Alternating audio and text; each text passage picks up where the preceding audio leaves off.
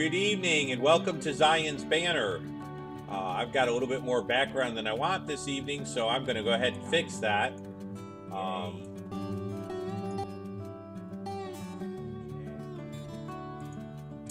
and you should see me momentarily with a fresh dew. I don't know what the layover is as far as tonight. There we go.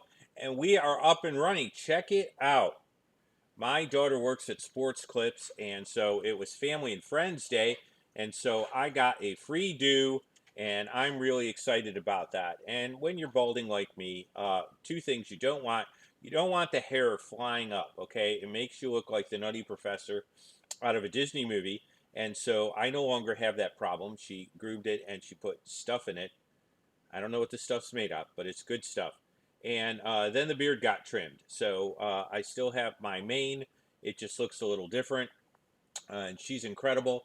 So I have to admit, although I'm not one that would have thought to go into sports clips with ESPN playing full time, um, I really, really love the job she does. So I would like say if she was at your sports clips where you were, you should definitely go and see her and have her cut your hair.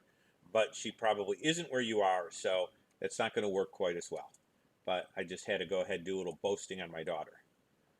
I've got great kids, adult kids, young adults. I don't know, however you want to call it. We're going to spend some time with Rabbi Singer by the way, with a very old objection. This is an objection that appears a lot. It's a very old objection. And it really is used a lot. Now, it's used a little less in the Jewish community, and I'll kind of let you know why after we begin, because it really doesn't work as well. And again, I'm going to kind of call him on being a little inconsistent, even with the way he uses the objections. And so we're going to get into it in a second. I've got a clip of him. It's only a 3-minute clip. So we don't have to tolerate quite as much of Tovia.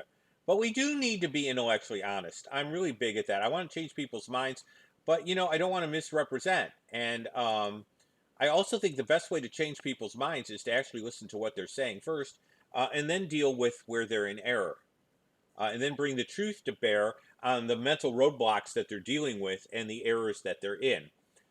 So I'm going to go ahead and I'm going to get us over to Rabbi Singer and get us over to the PowerPoint. And there we go. And once we're in the PowerPoint, I've embedded Rabbi Singer in the PowerPoint, but we're going to switch to the lovely disclaimer screen because people who listen to this may actually for a split second be tempted to believe that I believe what he's saying, and I don't. You'll also get to hear what he does with Operation Judaism. He's what's called an anti-missionary, and so you might as well get used to that these guys are around, and they are not helpful. In fact, they are doing tremendous damage spiritually, but they don't know it. I applaud their zeal, but it's misplaced. And so let me get in there. You can see the PowerPoint. It's getting a little hinkified, but that's okay. I'm not quite sure why it's hinkifying quite like that. So I'm going to bring it down in. And you'd be amazed at how easily things hinkify. There we go. Okay, so there we are.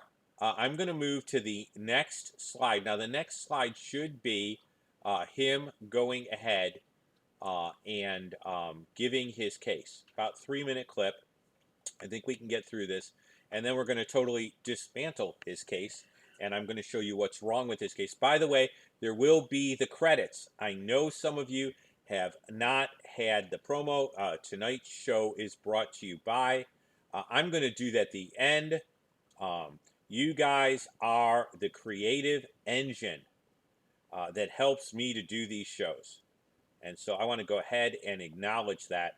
But I feel that it's best to let the credits roll tonight when the picture's over. And by the way, there are no sneaky scenes like in a Marvel movie. We don't have any of those. Maybe I should work on sneaky scenes, but I just, the Marvel stars just don't come out. And so we're going to go ahead and move to that. I'm going to go to our lovely Distractors Corner because he is a detractor and he needs to have a corner. And so we're going to go ahead and move that. I'm also going to make sure that all the sounds are up here, like the media capture, okay, when we get there. And I'm going to make sure that you can hear him. I've got the desktop set up. I got everything pretty much there. We just need his response to life. So I'm going to go ahead and go here. There we go. And I'm going to make sure that the media sources are up and running. Okay. And now I go here. Oh, and now I have a problem. Split second here. There we go. My name is Rabbi Singer. I'm the director of an organization called Outreach Judaism. I've devoted my life to helping Jews who've converted to Christianity return back to the Jewish faith. Evangelical Christians are targeting Jews worldwide, spending hundreds of millions of dollars to bring you and those that you love to the church. They claim that Jesus is the Messiah. Now, the belief in the Messiah is uniquely Jewish and is a fundamental principle of the Jewish faith. They claim that Jesus somehow fulfilled these prophecies, but really, what does the Jewish scripture say about the Messiah? Why doesn't Judaism accept this Christian claim? It's a fantastic claim, and it lacks evidence. Tanakh tells us, our Hebrew Bible tells us, that there are certain events that will unfold in the Messianic age. When Moshiach comes, there'll be an ingathering of the exiles. That's Ezekiel chapter 37. The knowledge of God will cover the world as the water covers the sea. That's Isaiah chapter 11, verse 9 and verse 10. There'll be a resurrection of the dead. That's Daniel chapter 12, verse 2. The temple, the third and final temple, will be rebuilt. If you look today at the Temple Mount, you'll see there a couple of Islamic shrines, and it's laying in destruction, waiting for the redemption. But Ezekiel chapter 37, all the way through 47, describes the third temple that will be there forevermore. So we have all these messianic prophecies telling us what the Moshiach is supposed to do. And now we ask the question, there have been hundreds of people throughout history, maybe thousands, who've claimed to be the Messiah, Jesus included. What do they all have in common? They didn't fulfill a single one of these prophecies. There was no building of the temple during the first century. In fact, it was destroyed. There was no ingathering of exiles during the first century, the Jews who were exiled. There was no resurrection of the dead. The Jews were murdered by the Romans in the ongoing wars. There was no worldwide knowledge of God during the first century, because as a result of these wars with Rome and the destruction, the havoc of the destruction of the Second Commonwealth, the knowledge of God and the observance of mitzvot were diminished. What's the key? The key is know your own Tanakh, know your own scriptures. If you can look at the great passages of Ezekiel and Isaiah that tell us exactly what will occur. The lamb will lie with the lion. There'll be a worldwide peace when the Messiah comes. Lo yisa goy al goy cherev. Nation will not lift up sword against nation. Isaiah chapter 2. Are we living in a time when there is peace? No. We are living in a great time, however, where we're observing the events that are bringing us to this great redemption happening before our eyes. Know your scriptures, understand your own faith, and no missionary will be able to rob you of a relationship with God. Thanks for joining me.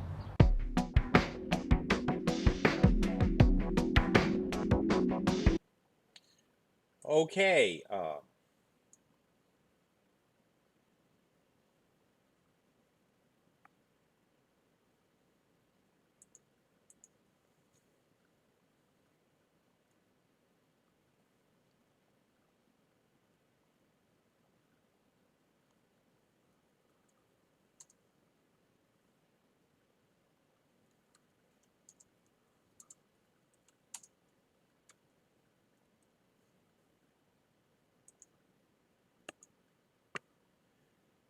Alrighty. We just kind of moved on. I'm going to move us back, but you got to hear Rabbi Tovia Singer. Now, I always do the detractor corner thing because I don't want anyone listening to this to think I actually believe this. In fact, we're going to take this apart tonight, and we're going to see what's really going on. This is a very old charge. By the way, I'm going to go ahead and say this. Rabbi Singer does an absolutely horrible thing in that he tends to be dishonest. There are a host of Lubavitcher Jews that are waiting for Rabbi Sneerson to resurrect from the dead and to bring the Messianic kingdom. And he never goes to Brooklyn and explains to these guys that they don't know what they're talking about. Does he dare say to the Lubavitch community who has waited for Rabbi Sneerson that he was a false Messiah? I don't see him going to Brooklyn and spending time there. So I could then say, well, from his standpoint, the Lubavitcher Jews, who still are waiting for Rabbi Sneerson, I don't know what percentage they are equally false missionaries or equally missionaries of a false religion seeking to rob them of Judaism, and yet he has nothing to say to these groups. So I consider him disingenuous because he's picking on one group for a certain thing and not picking on another. Now, this is something that I see Rabbi Sneerson do a whole lot. He tends to cherry pick. So let's look at the right questions here and spend a little bit of time with these, okay? Now, again, when you're looking at someone's position, start asking the right questions. Start looking at the actual questions that you should be looking at. So let's see what those questions are. Did his Judaism, notice I said his Judaism, this idea that you can have a relationship with God through rabbinical Judaism doesn't work because God didn't set up rabbinical Judaism in the sense that God never ever set up the replacements for the temple that the rabbis set up. If I'm to apply his rules of interpretation to the rules they use to replace the sacrificial system, I would have a problem. But beyond that, they're not necessarily consistent. Now, every year, there are a certain number of Orthodox Jews that swing a dead chicken around their head, so the blood will get on them, so they'll have a kaporath or a atonement. First of all, that isn't at the temple, and that's not a legitimate atonement. But second of all, if you want to really be honest about it, why would this ceremony still exist if blood atonement wasn't necessary? So I'm getting a little off course, but the bottom line is, he is not necessarily postulating a Torah Judaism with a temple. Okay, and so we've covered that before, but the reality is I'm going to say his Judaism. I'm going to say rabbinical Judaism because you haven't proven to me that the exact same Judaism that existed prior to the destruction of the temple with all of its features is the Judaism of today. And if you say Judaism can change, I can say, well, it could change into Messianic belief or Messianic faith, and I have the same right to make the claim that it changed. It became something else, something greater. Okay, fine. If you say it can't change, then it can't change. So, really, does his Judaism believe one Messiah coming once could fulfill the prophecy? See, that's an important question. If his Jewish thought doesn't believe that one Messiah coming once could fulfill all the prophecies, then his claim that this is somehow distinctly, that you needed one Messiah, and since one Messiah didn't come who fulfilled all the prophecies, Jesus couldn't be the Messiah. Well, if his Judaism doesn't believe one Messiah coming once could fulfill all the prophecies, then Jesus isn't eliminated as a candidate. That's the very simple question we need to ask. It's a question he's not asking. Read your Tanakh. Know your Tanakh, certainly. And know your Tanakh enough to know, question number 2, if there's evidence for two comings of Messiah. If you know your Tanakh, does it indicate that it's possible that Messiah is coming twice? Certainly know your Tanakh, but know all your Tanakh.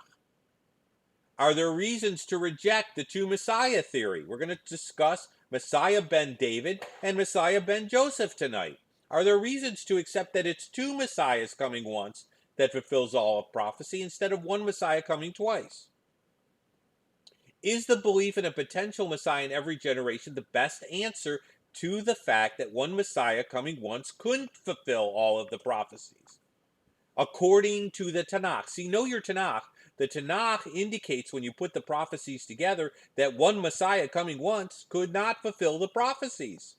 Therefore, if you know your Tanakh, you know one Messiah coming once would not fulfill the prophecies. So know your Tanakh, but don't cherry pick from your Tanakh only one set of criteria to make your case, because cherry picking is a logical fallacy, and it really doesn't please God to pick the parts you like and leave the parts you don't like. So let's deal with this question. Some Jewish sources imagined two messiahs because one messiah coming once can't fulfill all of Messianic prophecy. Now, the way he said it on this slide was one Messiah cannot fulfill all Messianic prophecy in only one coming. So, how did Judaism deal with that? Well, it dealt with that through the idea that maybe there are two Messiahs. Now, where do I get that idea? Now, again, here's the funny thing about this. I'm not quoting from Christian sources, I'm quoting from Jewish sources. Rabbi Singer, even Jewish sources realize that there was an idea that there would be two messiahs because one messiah coming once did not seem to fulfill the entire picture of Messiah or all the prophecies. So where do I get this from? Well, it seems that the assumed superhuman, listen to this, character of Messiah appeared to be in conflict with the tradition that spoke of his death. Criteria for Messiah? He has to die. Criteria for Messiah? He has to be more than human. How do we reconcile those two? Rabbi Singer, you talked about one set. Did you deal with the fact that there are two pictures of Messiah that have to be reconciled? How did Judaism deal with this apparent disparity in prophecy? Therefore, the figure of a Messiah who would come from the tribe of Benjamin or Ephraim instead of Judah, and who would willingly undergo suffering for his nation and fall as victim in the Gog-Magog war, was created by the Haggudists. See Pirkei, the listing Rabbah. To him was referred the passage, they shall look upon him whom they pierced and mourn for him. Notice this is rabbinical sources quoting Zechariah 12:10 in regard to Messiah's death for and suffering. So the rabbinical sources are acknowledging the clear messianic prophecy, Rabbi Singer, that Messiah has to suffer and die. Well, wait a minute now. We have a Messiah that has to suffer and die, and we have a Messiah that has to rule and reign and be victorious. How does Judaism deal with this? Well, first of all, they didn't play a game and cherry pick, at least not all sources of Judaism. Some sources of Judaism saw both strains and tried to reconcile it. How did they do it? Two Messiahs. Not one Messiah, one coming. Two Messiahs coming two different Messiahs coming once. So even Jewish sources acknowledge the apparent contradiction in one Messiah fulfilling all prophecy with one coming.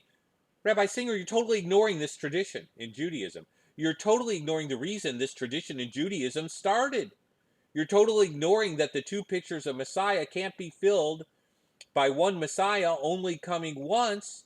It would take two Messiahs coming once, or one Messiah coming twice, or several Messiahs to fulfill all of Messianic prophecy. But your claim that Jesus isn't the Messiah because if he was the Messiah, and one Messiah would only come once and fulfill all the prophecies, and Jesus didn't fulfill the prophecies, is a fallacious claim. Do you see what I'm saying? Even according to Jewish tradition, they saw a problem with this claim. And so we can see that Rabbi Singer is not quite dealing with the entire record of Messiah here. Okay, Jewish tradition acknowledged what Rabbi Singer isn't acknowledging, that Jesus is not eliminated from being the Messiah because no one Messiah coming once could fulfill all of prophecy anyway. So by his argument, here's the position we get stuck in. Sorry, I need to move on here. By his argument, there could be no Messiah. Here's another discussion. Michael Brown points this out. You'll notice that Tovia has not, since the one time he tried to debate Michael Brown and lost, done it again because he would totally get creamed on the basis of things like this, even under the other tradition. Okay, rabbinical Judaism, no one Messiah fulfills all of prophecy. Now, there is another solution Judaism came up with. Okay? In fact, there are two others. One is you get a suffering servant or you get a ruling servant, depending on how Israel behaved, and only half of the messianic prophecies would be fulfilled. So you have option A, messianic prophecies, and option B, and then the way Israel decides depends on which one's fulfilled. Well, that doesn't work because they're all messianic prophecies and they're all from God. And if they're messianic prophecies as to what Messiah is going to look like and do, and they're from God, then both sets have to be fulfilled. Otherwise, I have to assume that what God was doing was giving potential messianic prophecies that he may or may not have fulfilled. That would either make God unaware of what Messiah, Israel was going to do, because he had to come up with, option A prophecies and option B prophecies, or it would indicate that some of those prophecies were never meant to be true to begin with. I see a problem with that. The other is that there's a potential Messiah in every generation, and it's up to us to recognize him and become worthy of him. Now, this approach is used among some of the ultra Orthodox, or we would say they don't like the term Hasidic. Okay, but some of them believe that there's a potential Messiah, like, ooh, this could be the Messiah, but no, it's not. We weren't worthy of him. Oh, this could be the Messiah, but oh no, it's not because we weren't worthy of him. Then those aren't messianic prophecies. Those are messianic prophecies conditioned on our behavior. By the way, I don't see anywhere in prophecy where God says something's going to happen and then says, "Oh, not really if you're not up to it." Okay? I don't see that as a really viable way to interpret scripture. Uh, you know, in you Abraham all the earth, the families of the earth will be blessed. Well, sorta if they're up to it. Okay? I don't really see that as being prophecy. I don't see that as being revelation of things to come. I see that as being divine possible scenarios. God doesn't have to play with quantum universes here. Okay, he knows what's going to happen, and he knows our responses, and he can work with them. Bottom line, Rabbi Singer, you're ignoring the fact that Judaism had to do all these twists and turns to deal with the fact that there were prophecies that created two entirely different pictures of Messiah that no one Messiah could fulfill in one coming, and they saw the whole range of messianic prophecy, and they didn't just pick from their favorite four and then say, well, Jesus didn't fulfill them. Now, all of this is to say that Jesus is not ruled out, according to Rabbi Singer's argument. His argument is Jesus came once, he didn't fulfill all of prophecy. All these other guys didn't fulfill all of prophecy, therefore, they're not the Messiah. Well, wait a minute now. If one Messiah cannot fulfill all of messianic prophecy with one coming, then that argument that Jesus is eliminated is also eliminated. And by the way, if the argument he makes is true that one Messiah has to fulfill all the prophecies of Messiah in his first coming, then really nobody could ever really make it.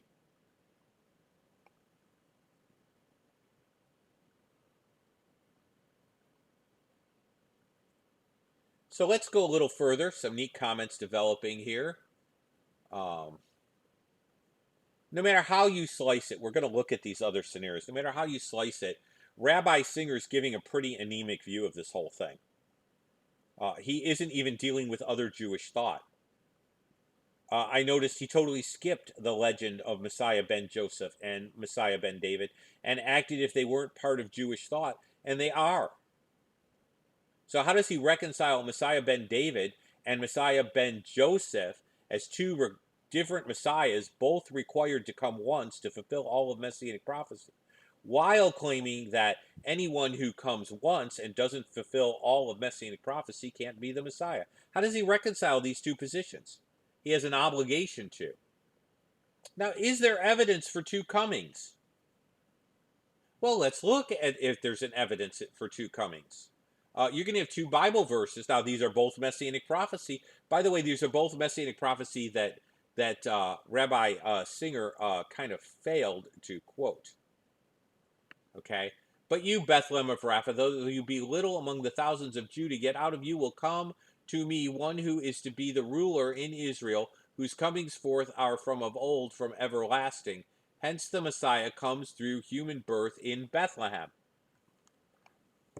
This is going to find no problem with rabbinical writings. But let's look at Daniel 7 for just a second. I was watching in the night visions, and behold, one like the Son of Man coming with the clouds of heaven came to the Ancient of Days, and they brought him near to him, and to them was given to him was given dominion, glory, and a kingdom, that all peoples, nations, and languages should serve him. His dominion is an everlasting dominion, which shall not pass away, and his kingdom is one which shall not be destroyed. Daniel 7:13-14. That's in the King James numbering. Okay? Hence, Messiah must come supernaturally from the clouds out of the heavens. By the way, Daniel 7, the section of the night watches, one of the names of Messiah is essentially the one who comes in the clouds. That could be backed up in every man's Talmud. I was seeing if I could reach for it real quick. Oh, look at this. The names of Messiah. Let's see if we can find the names of the Messiah. Wow. Here we go. The names of the Messiah. And then you find out that I'm looking over them right now. This is Everyman's Talmud, page 347. I'm just seeing if they give all of these. And by the way, the legend of Messiah ben Joseph's in here. I find that interesting. And I'm just looking up the designations to see if they mention it. His death is certainly mentioned. The rabbis refer to him as the leprous one, based on Isaiah 53, interestingly enough. I just don't know. Those Messianic texts have it. I just was going to see. It's a rather elongated conversation that they have over the names of Messiah here. And I don't know if they list this name in here or in the other location. This seems a little elongated. So I'm going to kind of drop out on this. If you're looking for a book, I can find it right here. Look at this. Just sitting here, waiting here. Those Messianic texts. So there we are. Those Messianic texts should come up in a minute. Section on the names of Messiah. This will have it for sure. Oh, the names of Messiah. This would be those Messianic texts. Let me give this to you, Shiloh. And it should have it listed.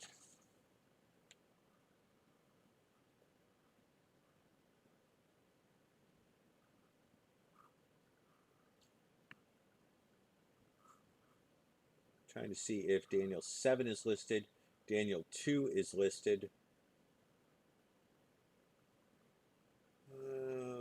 As long as the sun.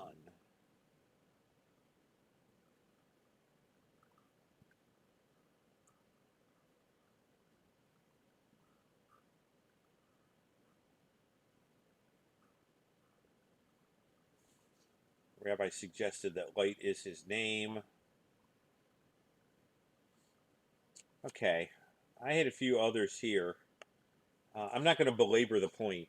Clearly, Daniel 7 has messianic implications to it. Now, here's where I'm getting with this. Rather than spend all the time in the world reading in front of you, which is a little boring, okay, you can end up checking those messianic texts. You may find that that one name is not listed. I'm not going to pull out the life and times of Jesus the Messiah. Here's what you need to understand, okay? To make a long story longer, how many comings do you count? Let's do the math together, okay?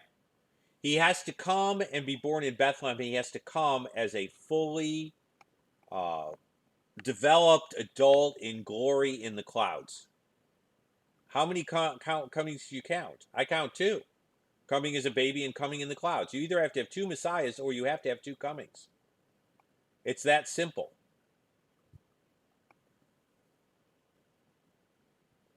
So you have to have two messiahs or two comings. I'm really tempted to go and grab another book, but I don't want to do that. So I can give you a reference and post it, what the Rabbonim say about Messiah. There are several sources out there. But you have two comings or you have two Messiahs. It's that simple. So the idea that one Messiah could come twice is clearly indicated in the scriptures. We'll talk about why I don't buy the two Messiah theory. But you see here evidence that there have to be two comings. If there's not two Messiahs, then there have to be two comings. And you see evidence for two comings, and especially after we eliminate the two Messiah theory. Messiah had to come supernaturally, fully mature, as well as through human birth. So you have either two comings, isn't that funny? Wrong spelling for comings. Or one Messiah. And so that's the way that goes. Now, the answer to this that most Jews would give is, well, that's easy. That's where the Messiah ben David, the Messiah ben Joseph comes in. And so they would solve this by having simply two Messiahs. And that's the way many would solve this. I'm going to show that I don't buy that for a minute because there's some reasons that I see as being problematic with that view. First of all, Messiah's resurrection provides the perfect mechanism for two comings. I want you to realize that if somebody dies and then comes back, then there's a mechanism by which they can come twice. Because when they were dead, they weren't here, if you're following my meaning. One genealogy connected only with Judah and David. In other words, there's one genealogy of Messiah connected only with Judah and David.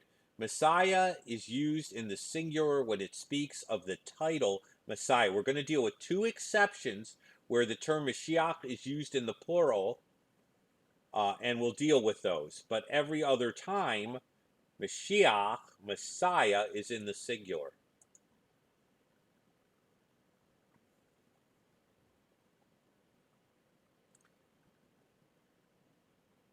So let's deal with Isaiah 53, 8 through 12.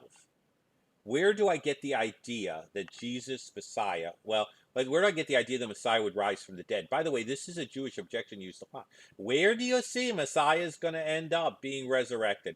I can't find a single prophecy where it says Messiah is going to be resurrected. Well, let's see if I can find a prophecy that indicates a resurrection. By a perversion of justice he was taken away. Who can have imagined his future? By the way, this is the RSV, okay? He was cut off from the land of the living. Now, if you're cut off from the land of the living in Hebrew, you're dead. See, this is the land of the living, and if you're cut off from it, you are dead. For the transgression of his people.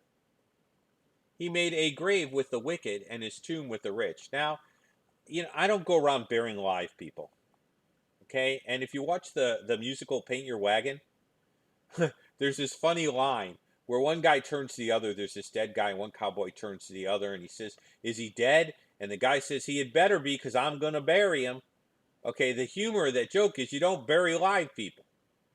So if he made his grave, he's dead. If he was cut off from the land of the living, he's dead. Although he had done no violence, and there was no deceit in his mouth, yet it was the will of the Lord to crush him with pain. When you make his life an offering for sin, and you will see he will see his offspring. How do you see your offspring dead, as a dead person? I mean, this starts to raise a few questions, right? And prolong his days. Wait a minute, he's dead. Messiah is going to prolong his days by dying for the sins of his people by being dead? How does that work, where he prolongs his days by sacrificing himself for the sins of his people? When you're dead, your days aren't prolonged. They're kind of shortened. They're kind of shortened to 0. Okay, so that doesn't make any sense. The will of the Lord shall prosper. Out of his anguish he will see light. He will see light? He will see light. He's dead. he will find satisfaction through the knowledge that the righteous one, my servant, will make many righteous, and he will bear their iniquities. Bear their iniquities because he's going to die for them. Therefore, I will give him a portion with the great, and he will divide the spoil with the strong. He's dead. How does a dead guy have allotted to him a portion with the great? How does he divide the spoil with the strong? He's dead. How does a dead person do this? Because he poured himself out to death and was numbered among the transgressions. He bore their sins and made intercession for the transgressions. This is Isaiah 53. The prophecy that Rabbi Singer will never want to do a video about. Here's the bottom line. He's dead, but if he resurrects, then he's a dead person who can have an allot with the strong. He's a dead person who can divide the spoils with the strong and have a portion with the great. He's a dead person who can see his offspring. Because a person who's resurrected can see their offspring. See, Isaiah 53 indicates that Messiah has to die, and then he has to experience victory after his death, which indicates resurrection. I didn't write it. Isaiah wrote it. By the way, if you have a problem with Isaiah 53 being prophecy, which Rabbi Singer might, too bad, so sad. The Talmud indicates that Isaiah 53 refers to Messiah. Well, what about one genealogy out of Judah and David? Now, why do I spend time with this? Because Messiah ben Joseph is from the tribe of Joseph, or Ephraim. If you postulate Messiah ben Aaron, then he has to be of the line of Aaron. By the way, that would make him of the line of Levi. Well, let's look at some of these. I have a list of things here. Genesis 22, 16 through 19. It's cross-referenced to Genesis 12, 1 through 3. He's of Abraham. Genesis 21, 12. He's of Isaac. Numbers 24, 17 through 19. He's of Jacob. So far, so good. You could have Ephraim up to that. You could have Aaron up to that, Levi. But watch this. Genesis 49:10, he's of Judah. Whoops. One genealogy. Through Judah. No Messiah ben Ephraim then. No Messiah ben Aaron then. And 2 Samuel 7:12 through 13 of David. Nobody from Ephraim is from David's line. Nobody from Levi is from King David's line. Now, what's the argument? Well, honestly, Jeff, you must not know that these aren't Messianic prophecies. Well, let's find out if they're Messianic prophecies. Let's go ahead and look at these prophecies tonight and see if they're Messianic. Alfred Erdeshine is his appendix of Messianic prophecy, which is part of the life and times of Jesus, the Messiah. Phenomenal book as far as the appendices. Hard book to get through. It's totally huge, but it has an absolutely wonderful section on Messianic prophecy where it quotes rabbinical sources as far as Messianic prophecy. Genesis 22:18 is also explained messianically in, and I put A, but it's not really A, in Barmidbar Rabbah in connection with Numbers 2:32. Sorry about that. The way that you go ahead and do things, they don't use the semicolon. They use a period a lot, where it is somewhat curiously shown in what sense Israel can be likened to the sands of the sea. If you want the real quote, go to Alfred Erdeshine, The Life and Times of Jesus the Messiah. Sometimes my machine autocorrects, and it really doesn't like some of these references. By the way, you can find that resource on Amazon. So if you're looking for the resource, there's a link there on Amazon. If you take and cut that link out of the PowerPoint and stick it in your browser, you can indeed see what that costs now. It's fairly pricey, but you can get a used version. A good resource. Not because you're going to stay up nights reading this thing, but because the appendices are just so worthwhile. Before Doug Pyle wrote What the Rabbonim Say About Messiah, and before the other book I have, right here, and I'll hold it up. I don't even know if this is still in print. The prophets still speak Messiah in both testaments. And I'm going to put the ISBN here for you. I don't know that it's still in print though, so you're going to have to find that out for yourself. It goes back a ways. I got a hold of that years ago, but I'm going to stick the ISBN up there for you. It's a good book. It's a little on the kind of narrative time where he kind of talks about narrowing down the line of Messiah in kind of a narrative format. But there's the ISBN number. Okay. And I'll just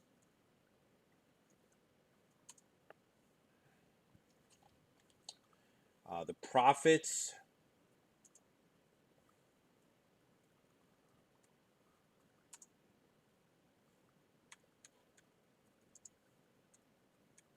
Still speak. And there's the ISBN for that. So you can search for it yourself. It's a small book. It's only about 87 pages. So this is not a tough read. Okay. Um, so Genesis 22 does speak of Messiah. I'm not making this up. It's not just made up. Does Numbers, remember we had that Numbers 24 as far as Judah, okay? A scepter and a star rising out of Judah, that scepter and star referring to Messiah. I don't know why the typing is going nuts. Go with Targum Suda Jonathan, okay? There is no Targum on Colossians. I do not know what that did. That skewed pretty badly. Let me fix that and get that up, okay? Um, I have the book right here. Let me grab it. Okay. I'm going to go to Numbers 24. I'm going to read the actual entry there for you. PowerPoints are getting squirrely, and I need to be a little more careful. So apologies. Autocorrect can be a real pain in the neck, and it doesn't like stuff that I do. Here we go. Balaam's prediction of a star and scepter is referred to in Onkelos. Okay, I don't know how that's Onkelos. So this is Targum Onkelos and Targum Suda Jonathan. And I'm just going to put that up there in the writing. I'm going to have to program a lot of this vocabulary in.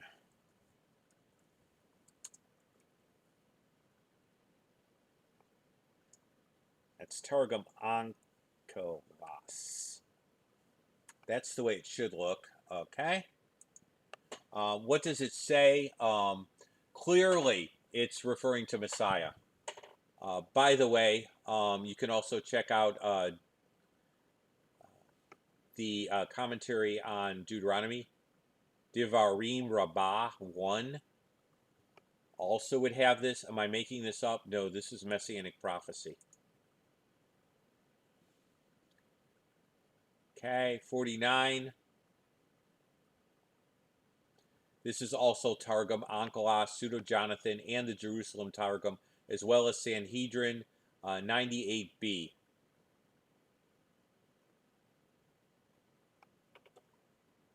Now, what I'm establishing is genealogy here. Messiah has to come through Judah. That means he can't come through Levi, and he can't come through Joseph's tribe. Now, let's talk about two Messiahs. Okay? Let's take a little bit of time and deal with it. One of the things that's really interesting is that the term Messiah is not used in terms of the title for the Messiah in the plural.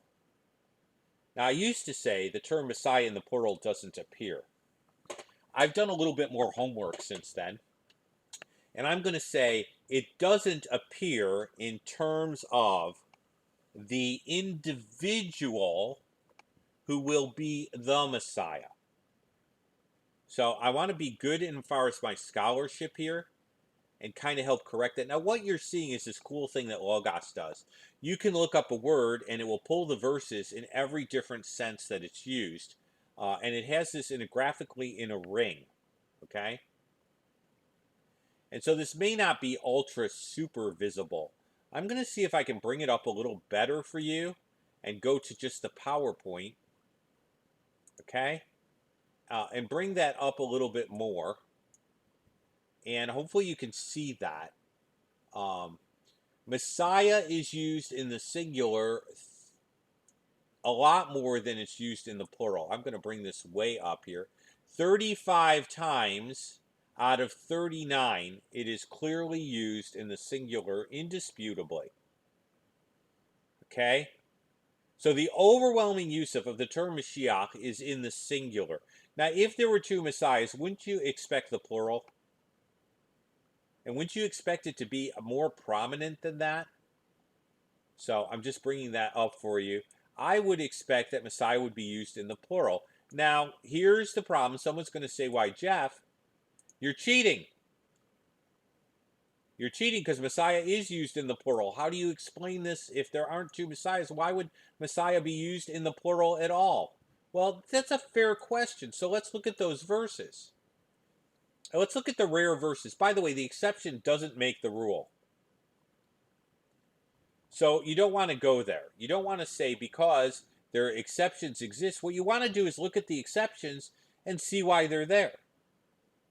And do the exceptions indicate that we can derive the principle that there could be two messiahs? Well, it's used in the plural twice that is notable, okay? That I would say that's really indicated is I went to messiahs, which is anointed ones. There were only two usages of it. The interesting thing is one was a direct reference to the other. In other words, one was a cross reference. And so I didn't put them both up. One's in Chronicles, where Psalm 105:15 is being quoted, and the other is Psalm 105:15 itself. So it's really almost not two references. It's one reference being cited in one other place. Okay? And the verse reads like this: do not touch my anointed ones and do my prophets no harm. That's the only real place where you see Moshiach in the plural. Okay? So let's discuss these. Now, here are the verses. Okay? And I'm going to try to bring it up a little bit here. I'm doing this so I can see it. So if this kind of drowns me out for a minute, that's simply because I want to look at the vowel pointings. The vowel pointing under that is really hard to read. Tig,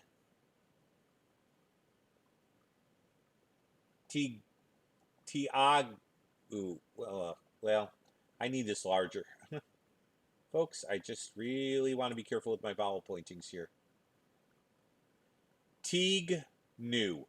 There we go. There's no pointing under the other. Al tig nu b'Mashiachai ule navi, and that looks to be navii al. And I'm the vowel pointing is really small on that. Okay. By the way, I know that Rabbi Singer likes to quote certain verses by heart. He's probably, I do pretty good sight reading. It's just his very hard writing. Okay. Now, what you need to notice here, because I've read the Hebrew there and cited it directly from the Hebrew. Okay. But I like to get the vowel pointings right, and I like to be very precise. And my eyesight isn't what it used to be.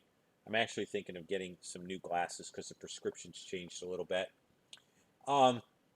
My prophets and my anointed ones are parallel. Now, Hebrew poetry uses certain devices. The parallelism between my anointed ones and my prophets indicate that we're not talking about an individual person with the office of Messiah, but rather a description.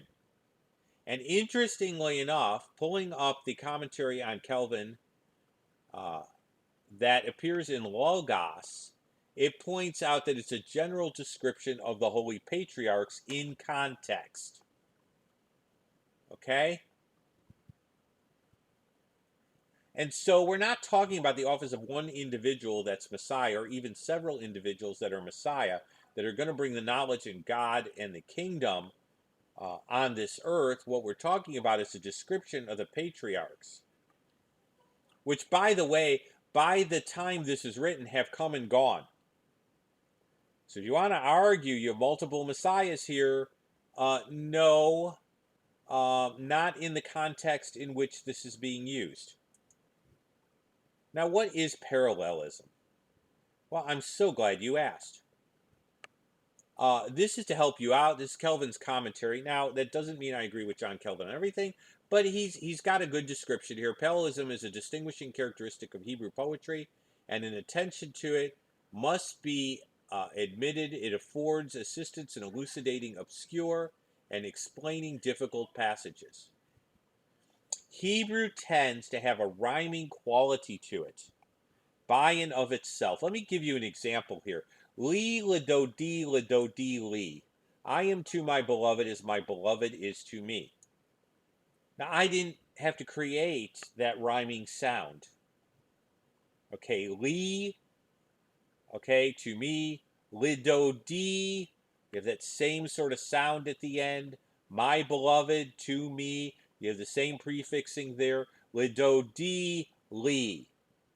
And because of the prefixes, there's sort of a rhyming sound. And because of this, I'm sorry, shouldn't say prefixes, I mean suffixes. Because of the suffixes, that E sound, you have sort of a rhyming quality to it. And the prefixes sometimes, will do the same sort of thing. And so Hebrew sort of has this rhyming quality. And I think it was a great mnemonic device. But when Hebrew poetry wants to rhyme, it uses different means. Now, we talked about chiasms in terms of Hosea. What we're talking about here is parallelism. That's where there's a verse of poetry or a line, and then the second line either contrasts it, explains it further, or restates the same thing a different way.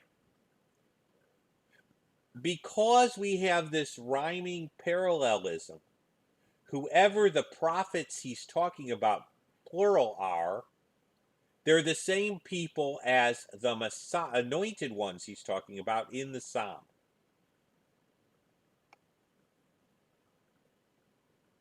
And the context plus the parallelism makes it very clear it's not talking about an individual or even individuals yet to come who have the office of Messiah.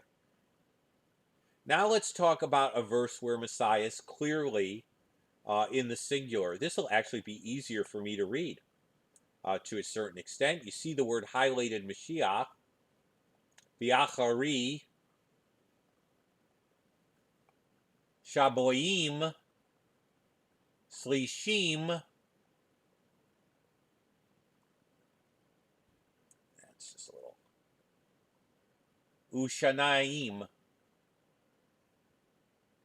Yikarat, Mashiach, Ve'ein lo, V'ta'yir. Okay? Much smoother, right? A little bit more familiar here. After 62 weeks, Ve'achari,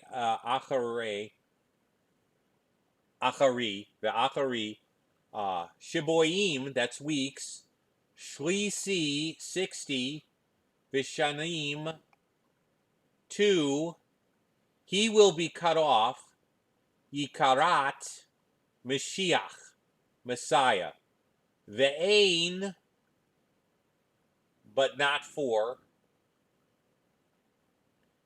and the 4 is contained in the next word,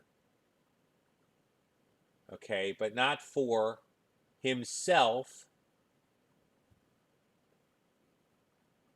okay, and there's your section. This is Mashiach used. This is speaking of the Messiah. In fact, Daniel in this passage makes it doubly clear by using the term Mashiach HaNagid, Messiah the Prince. This is being used of the office of one who is going to be the future coming Messiah. It's in the singular, not in the plural. This is the point. So let's start talking about some final conclusions here. Tovia's argument that one Messiah and one coming does not square with Jewish thought or the scriptures, which he misrepresents. Sorry, he's not taking the whole thing into account. The answer is know your Tanakh, but know all of your Tanakh, not just the parts that seem to fit your point of view. Or don't cherry pick from the Tanakh. Know your Tanakh. That means your Tanakh in Daniel 7, where Messiah comes in the clouds. Your Tanakh in Micah 5:2, where Messiah comes as a human birth. Your Tanakh in Isaiah 53, where Messiah dies and then has to see his offspring. By the way, just so you're not fooled, Tovia would sing offspring has to be in physical children. Jesus had no physical children. No, it doesn't. Zara, or its plural, does not have to refer to physical children. But that's for another night. But that's just, hang in there. The option of two messiahs does not best fit the picture. So you have to have two messiahs with one coming or one messiah with two coming. The two messiah approach doesn't work. Okay? If A, not B, then A. Okay? Given the evidence of one Messiah and two comings, Jesus did fulfill Messianic prophecy, since he fulfilled the prophecies associated with Messiah's suffering for sin before the Messianic reign. In other words, this is the story, Rabbi Singer. The scriptures indicate that you have one Messiah, two comings, by the best fitting of all the evidence, the entire Tanakh. Okay? Jesus fulfilled the prophecies of that first coming. Therefore, he fulfilled Messianic prophecy because he was never supposed to fulfill all the prophecies at his first coming. Hence, a second coming. So you see, Rabbi Singer, yes, we should know our Tanakh, but we shouldn't cherry pick our Tanakh and ignore prophecies simply because they don't fit. By the way, interestingly enough, the Lubavitcher still have people that are looking for Rabbi Schneerson to raise from the dead, because they too realize that there is evidence for Messiah's resurrection. So, if you want to be honest, you've got to go to Brooklyn and tell all the Lubavitcher that resurrection is not taught in the Tanakh as far as Messiah. And if you're not willing to do that, then stop saying that Jesus can't, through a resurrection, fulfill the rest of the prophecies, since, indeed, they couldn't all be fulfilled in the first coming without some sort of second act there. In short, know your Tanakh. Don't ignore clear parts of it. And also, don't ignore Jewish thought, which recognizes certain dilemmas, because you don't want your audience to know those dilemmas exist, because they point to the fact that your premise is in error to begin with. So, I'm sorry about looking through some books here. I just wanted to get you the exact quote. And I should have just pulled out a third book. So I pulled out two books, but I didn't necessarily pull out all the books. I just was kind of curious if this guy had done a better job with Daniel. By the way, one that I did not list is Psalm 110, verses 1 through 4, where Messiah will be a priest forever, and then he has to come up and sit at God's right hand. Come up from where? Come up from here. And so that too could be indicated as far as a